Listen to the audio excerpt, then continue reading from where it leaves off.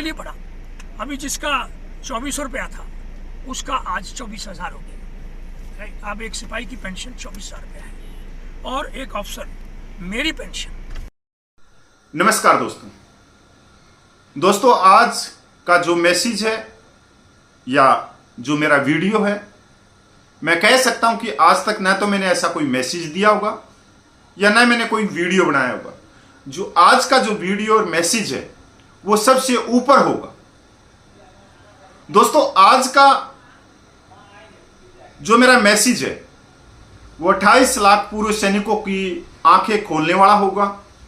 और मैं दरखास्त करता हूं जो मेरे विरोधी हैं कपिल फौजी के या सबका सैनिक संघर्ष कमेटी के, खासकर मैं उनको कहना चाहता हूं कि आप अंत तक मेरे वीडियो को देखें।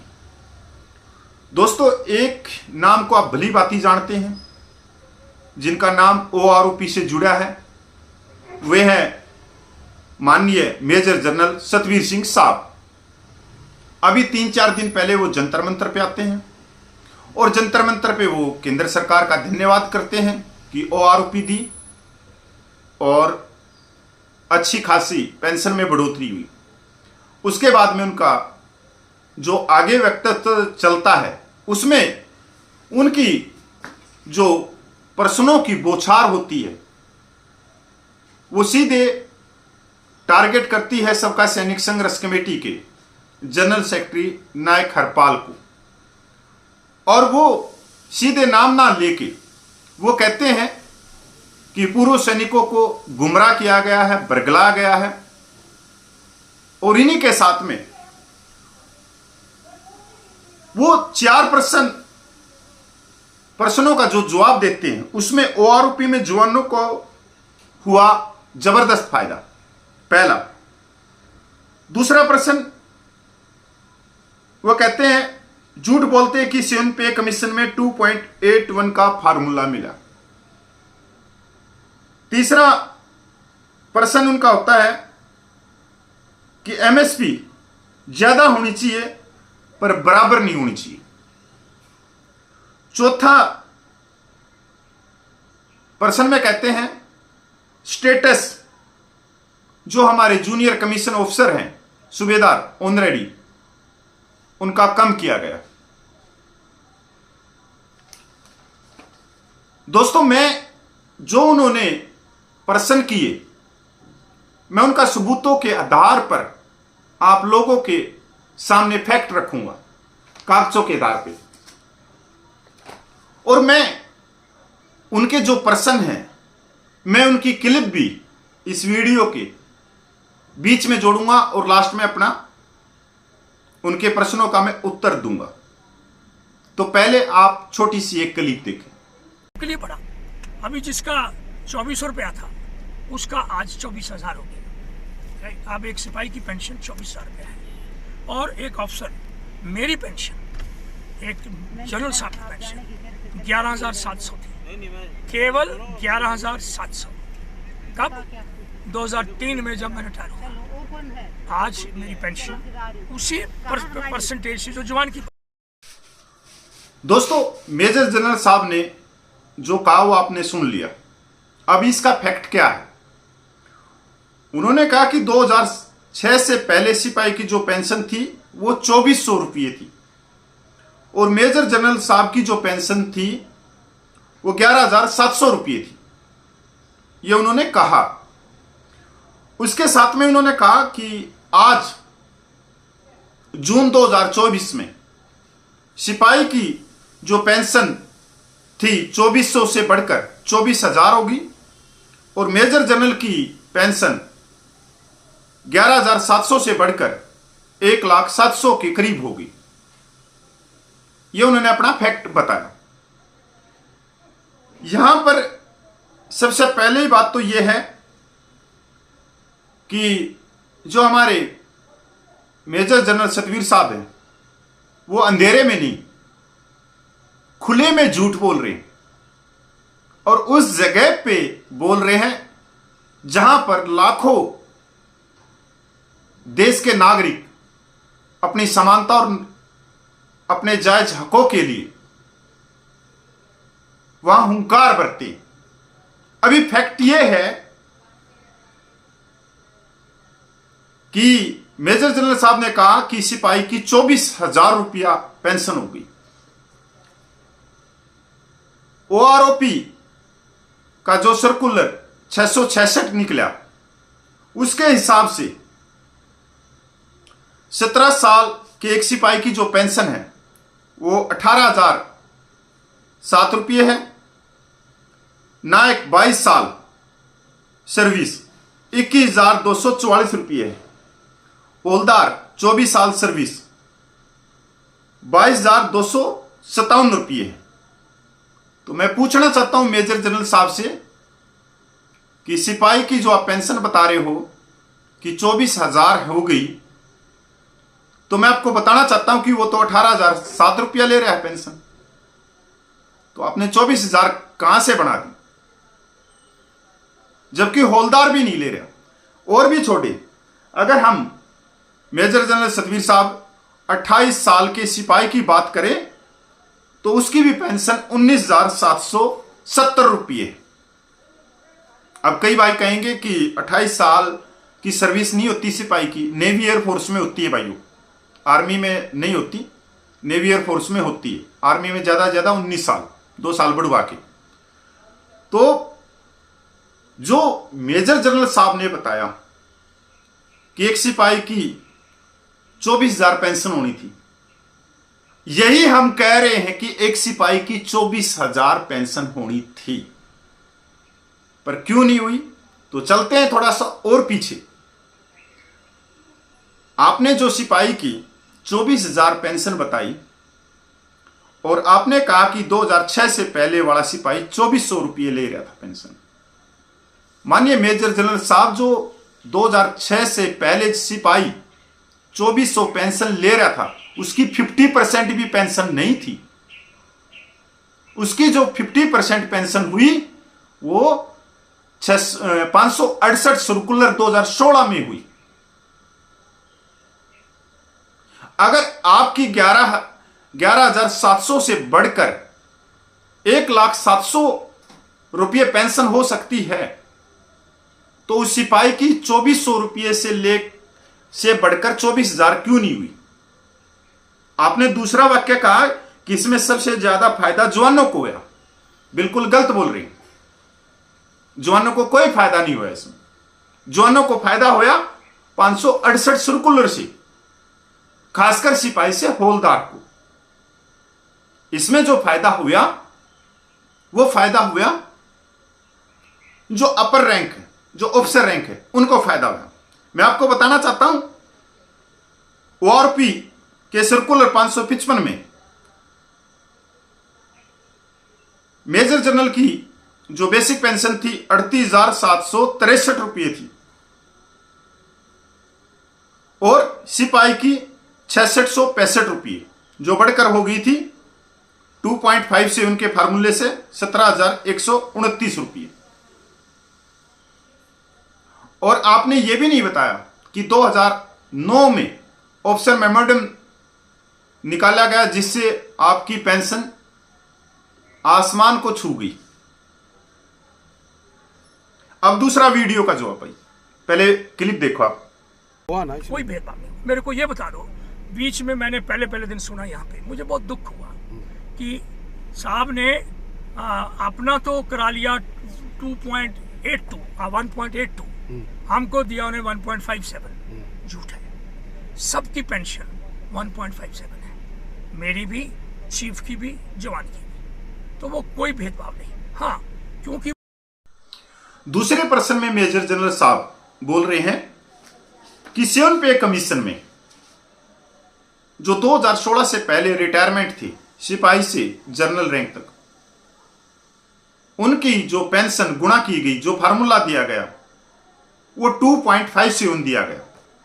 इसमें कोई दो राय नहीं। हमने हमेशा कहा यह बात कि 2016 से पहले वालों की जो पेंशन के ऊपर सेवन पे कमीशन में जो फार्मूला दिया गया वो 2.57 का दिया गया। इस बात को हम स्वीकार करते हैं। ये सेना मुख्यालय की आरटीआई है और ये टेबल नंबर 4 है सीएम पे कमीशन की। इसके अंदर किस रैंक को क्या फार्मूला दिया गया है पूरा लिखा हुआ है। अब सवाल मेरा आपसे, 2016 के अंदर सीएम पे कमीशन आया और जो सर्विस कर रहे थे मेजर जनरल साहब, उनके वेतन पे क्या फार्मूला लगा? क्या 2.57 का या 2.72 का? दोस्तों, इसको समझने की जरूरत है कि कौन गुमराह कर रहा है, कौन बरगला रहा है। 2016 से पहले जो पेंशनर थे सिपाही से लेके जनरल तक, उनको जो फार्मूला दिया गया वो 2.57 का, और जो सर्विस कर रहे थे उनके लिए अलग फार्मूला अपनाया गया। अगर हम एक जो सर्विस कर रहा है ग्राउंड के ऊपर, उसके वेतन को किस फार्मूले से गुणा किया या क्या फार्मूला दिया गया, तो उसको जो फार्मूला दिया गया वो दिया गया 2.72 से उसके वेतन को मल्टीप्लाई किया गया।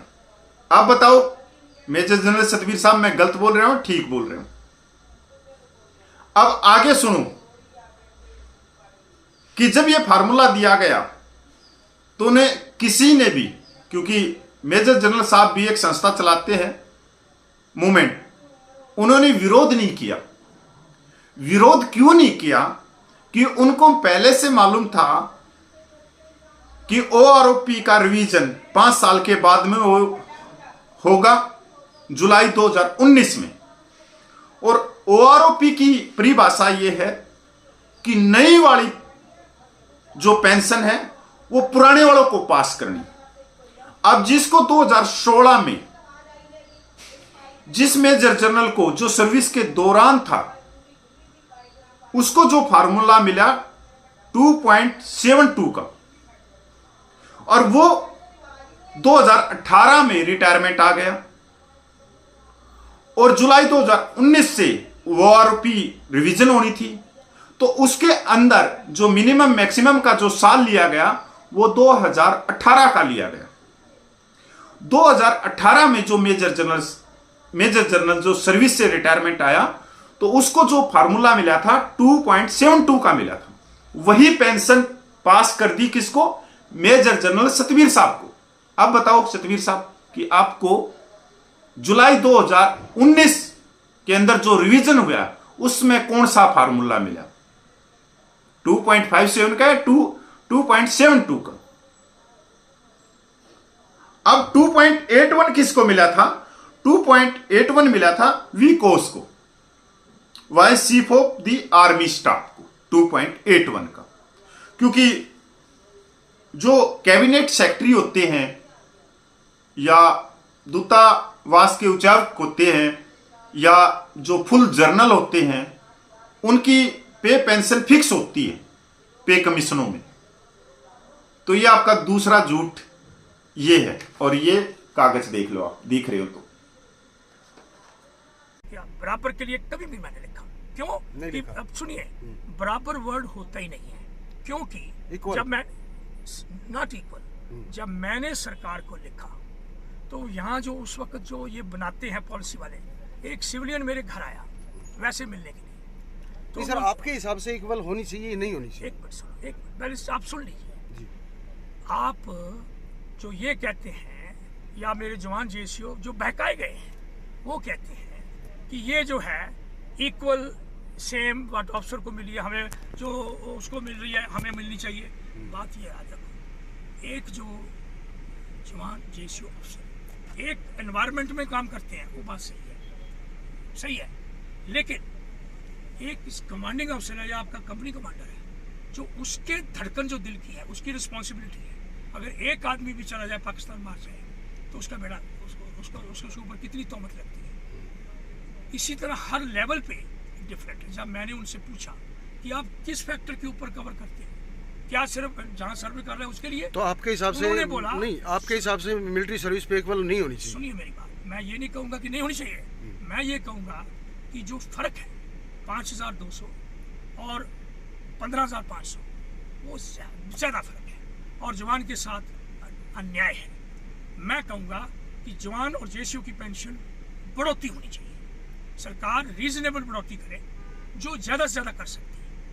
मैं ये खुश होऊंगा कि वो बिल्कुल ऑफिसर्स के जितना नज़दीक ले जा सकती है ले जाए। और सरकार मुझे खुशी, सुनो, मेरे को खुशी होगी अगर मैं। अब तीसरे प्रश्न में मेजर जनरल साहब कह रहे हैं मिलिट्री सर्विस पे ज्यादा होनी चाहिए पर बराबर नहीं होनी चाहिए। वो स्वीकार करते हैं कि सिपाही से लेके जनरल तक एक ही वातावरण में रहते हैं, एक ही कठिनाइयों में रहते हैं और जो सैनिक जीवन के अंदर जो भी कष्ट होते हैं सबको एक समान मिलते हैं। इस बात को तो स्वीकार करते हैं, पर मिलिट्री सर्विस पे कोई ये नहीं करे कि ये बराबर होनी चाहिए।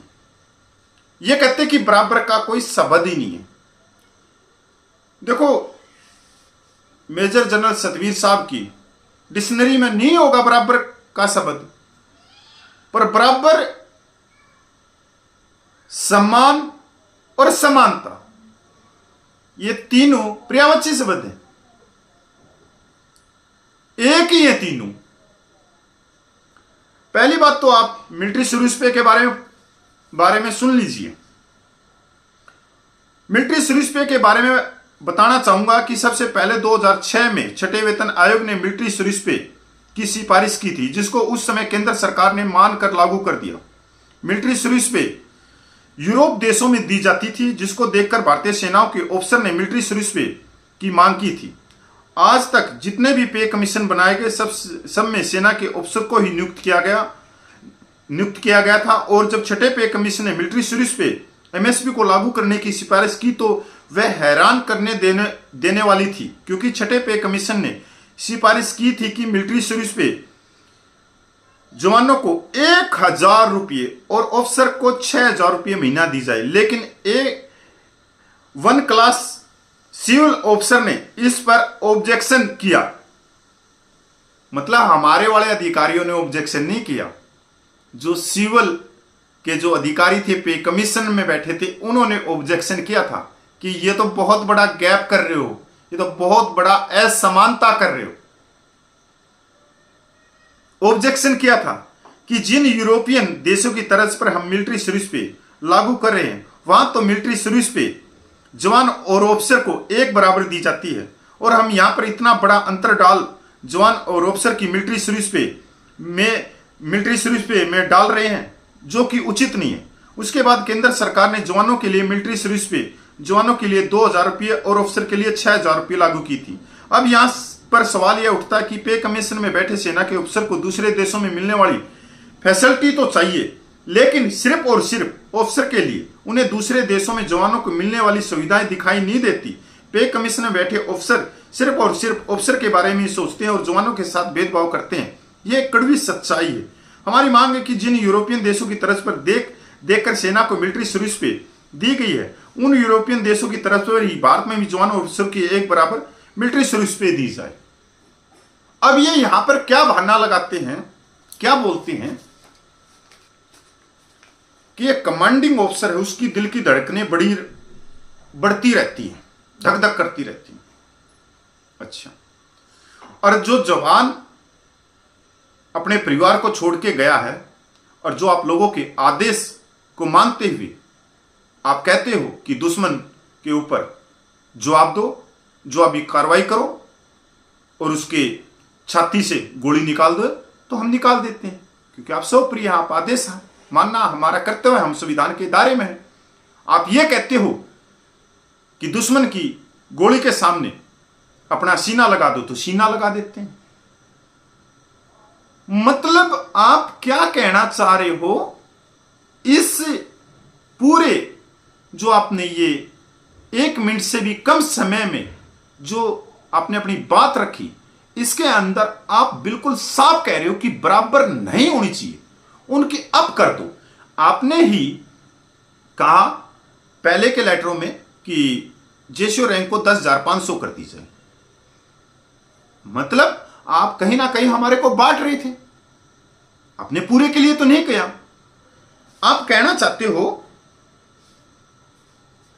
कि जो ऑफिसर है उसका वेतन हम ना मांगे। अरे हमने कभी वेतन मांगा ही नहीं। आप कहना चाहते हो कि ये तो होगा, जो ऑफिसर है जो जवान है वो होगा, इतना गैप तो आएगा। आप सीधी बातों में कह रहे हैं। तो मैं आपको बताना चाहता हूं श्रीमान जी कि अगर आप कहते हो कि मिलिट्री सर्विस पे 15,500 बिल्कुल जायज है, तो और भी अलाउंस हैं जो एक समान है। चिल्ड्रन एजुकेशन अलाउंस 2800 रुपये, 2812 रुपये, वो सिपाही से लेके कैबिनेट सेक्रेटरी के बच्चों को एक समान मिलता है। इसमें भी गैप होना चाहिए। जवानों के बच्चों को 2812 रुपये मिलना चाहिए, और आप जो कह रहे हो, जिस भाषा का प्रयोग कर रहे हो, उसके हिसाब से ऑफिसर के बच्चों को 28,000 रुपये चिल्ड्रन एजुकेशन मिलना चाहिए। हॉस्टल सब्सिडी जवान से लेकर जनरल के बच्चों को 8437 रुपये मिलता है, एक सम्मान। तो आपके कहे अनुसार जवानों के बच्चों को मिलनी चाहिए 8437 रुपये, और आपके बच्चे को मिलनी चाहिए 84,000 रुपये। बहुत अच्छा। मेजर जनरल सतवीर साहब, आपको भी मेडिकल अलाउंस 1000 रुपये मिलता है, और मेरे जैसे कपिल फौजी सिपाही को भी 1000 रुपये मेडिकल अलाउंस मिलता है। हवलदार को भी 1000 मिलता है, जेसीओ साहिबान को भी 1000 मिलता है पेंशन आने के बाद में। तो जवानों को तो 1000 रुपये मिलने चाहिए, आपको 10,000 मिलना चाहिए। यह ठीक है। गोताखोर अलाउंस एक समान है। मिलिट्री सर्विस पे को समझने की कोशिश करो, क्योंकि जो आप कह रहे हो ना, वो जिस वर्ग की तरफ आप जा रहे हो, जो स्टेटस आपने इस 1 मिनट के वीडियो में हमारा बताया है, जिसके अंदर दिमाग होगा वो वहीं पकड़ जाएगा कि आप कभी भी आप अपने पास में नहीं बिठाओगे, हमारे को कभी भी नहीं बिठाओगे। आप कह रहे हो कि उसके नजदीक ले जाके छोड़ दो, पर आपने एक बार भी ये नहीं कहा कि नहीं, जवानों को भी 15,500 मिलिट्री सर्विस पे मिलनी चाहिए। वो भी फील्ड में रहते हैं, वो भी ग्लेशियर में रहते हैं, वो भी रेगिस्तान में रहते हैं, वो भी अपने परिवार को, अपने बच्चों को छोड़ के आए, वो भी दुश्मन की गोलियों के सामने छाती लगाते हैं। भाई आपकी जेब से कहां रुपये निकाले जा रहे हैं? ये चीज आपकी जेब से तो हम नहीं निकाल रहे, भारत सरकार देगी। तो फिर ये जो चिल्ड्रन एजुकेशन अलाउंस है, हॉस्टल सब्सिडी है, गोताखोर अलाउंस है, मेडिकल अलाउंस है, और भी अलाउंस है जो एक समान है, फिर इनमें भी भेदभाव करवा दो। अगर आपका बस चलता हो ना, तो हमारी पेंशन ही बंद करवा दो, हमारे पीले कार्ड बनवा दो, पीले कार्ड बनवा दो कि हमारे को कोटे से राशन मिले। एक तरह से जो आपने बोला उस शब्दों से तो यही लग रहा है कि जो पेंशन हमारे को मिल रही है वो फोकिट में मिल रही है। अगर एक सिपाही को 18,000 रुपये मिल रहे हैं तो 18,000 रुपये पे उसका अधिकार नहीं, क्योंकि उसको फ्री में वहां रोटी अंडे खिलाए जाते थे, इसलिए उनके रोटी अंडे को काट लो। आपका क्यों ना कटे? फिर कितनी बड़ी बात कही है इन्होंने। डिसेबिलिटी पेंशन का कभी भी बात नहीं करेंगे, क्योंकि 2,54,000 रुपये मिल रही है, कभी बात नहीं करेंगे। सैनिक विधवाओं की पेंशन 30% है, कभी बात नहीं करेंगे। मैं पूछना चाहता हूं कि आप ORP का केस लेके सुप्रीम कोर्ट में लेके गए, किस कारण से आप लेके गए? क्या कारण था उसमें? क्या मांगे थी आपकी, और क्या मांगे हमारी वहां से पूरी हुई? बता दो आज पूरी दुनिया को। आज ये चीजें हो गई कि अगर कोई प्रीमेच्योर रिटायरमेंट रक्षा मंत्रालय में चिट्ठी लिखता है, प्रधानमंत्री को चिट्ठी लिखता है कि हमारे प्रीमेच्योर से जो रिटायरमेंट सैनिक आए हैं उनका क्या कसूर है कि उनको ओआरओपी से बाहर कर दिया गया, वहां पे लिखा जाता है माननीय सुप्रीम कोर्ट का फलाना फलाना ऑर्डर नंबर। बताओ, ये चिट्ठी मेरे पास में आई हुई। अब दूसरा क्लिप देखो भाई। इन्होंने कहा कि सूबेदार का ऑनरेडी रैंक का स्टेटस कम हो गया। बिल्कुल, कैसे स्टेटस कम हुआ? और आपने ये बात कह के किसको साधने की कोशिश करी? मैं एक पर्सन आपसे पूछना चाहता हूं, क्या डायरेक्ट सेनाओं में कोई सूबेदार बनता है, ऑनरेडी लेफ्टिनेंट, ऑनरेडी कैप्टन बनता है, सिर्फ धर्मगुरुओं को छोड़ के? बताइए आप।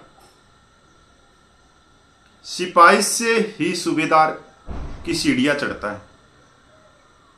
आप सीधे डायरेक्ट कहते हो कि जूनियर कमीशन है, गजेटेड ऑफिसर है, उसका स्टेटस कम कर दिया।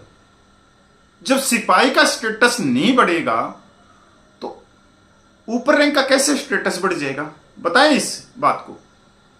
1973 से पहले एक सिपाही की जेबीटी से ज्यादा वेतन होता था और हमारा जो जेसीओ साहिबान था उसका जो वेतन होता था वो एसपी के समान होता था पुलिस के अंदर। तो स्टेटस कैसे बढ़ेगा? और 1973 में वन रैंक वन पेंशन किसके लिए थी? 1973 से पहले 75% पेंशन किसको लागू थी? और 1973 से पहले जवान जेसीओ के पे पेंशन को फाइनल कौन सी कमेटी करती थी? क्या पे कमीशन करते थे या डिफेंस पे पेंशन कमेटी करती थी? सवाल का जवाब दो। हमारे को जो जवान जेसीओ जो को पे कमीशन, थर्ड पे कमीशन में कौन लेके आया? और आप भी बताएं, उस समय अगर आप 1973 में मेजर जनरल होते तो आपका वेतन कौन तय करता था? मतलब पे कमीशन, फर्स्ट और सेकंड पे कमीशन में अफसरों का जो वेतन पेंशन निर्धारित किया गया वो फर्स्ट और सेकंड।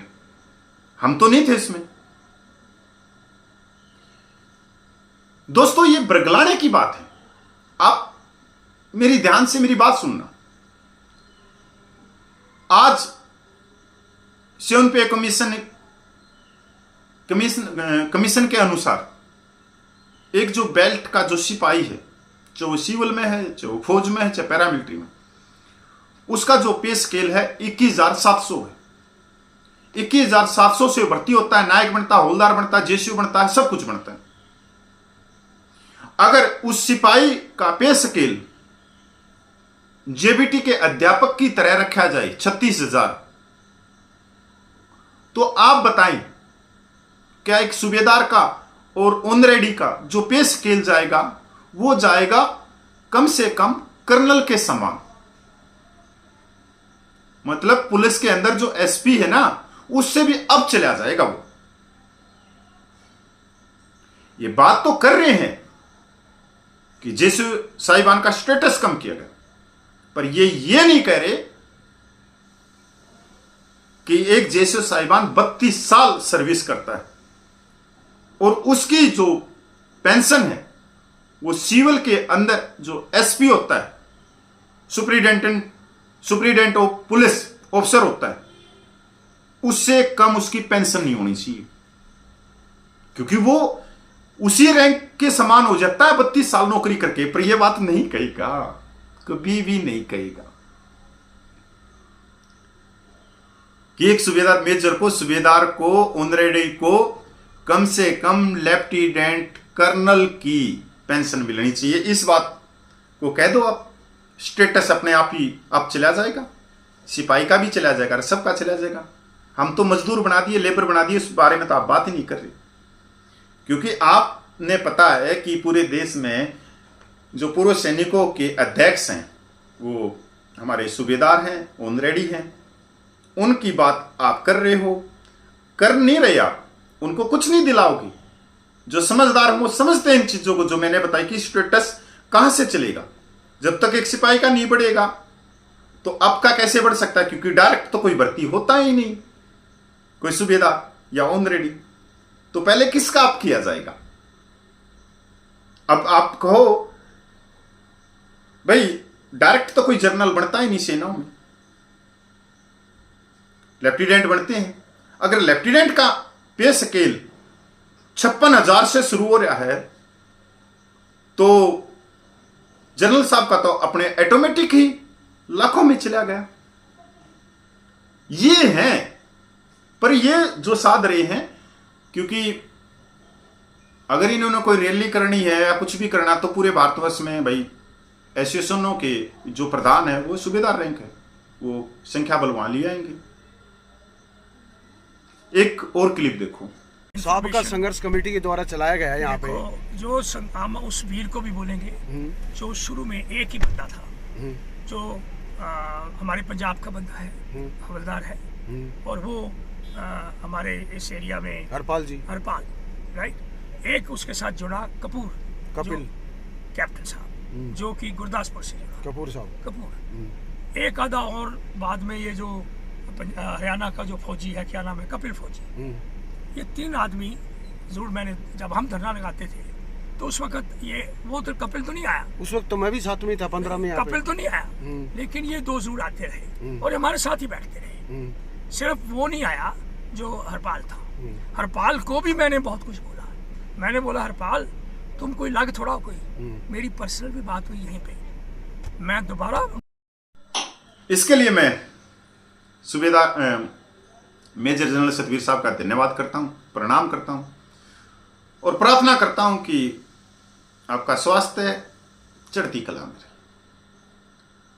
आपने आज साबित कर दिया कि पूरे देश को अगर कोई जगाने वाला है तो वो एक इंसान है जो खड़ा हुआ, वो है नायक हरपाल जी। आप क्योंकि आपने आंदोलन लड़ा है और आपके आंदोलन से ही जवानों को जागरूक मिला है। अगर जवानों के साथ में भेदभाव नहीं होता तो जवान इतनी जागरूक नहीं होते।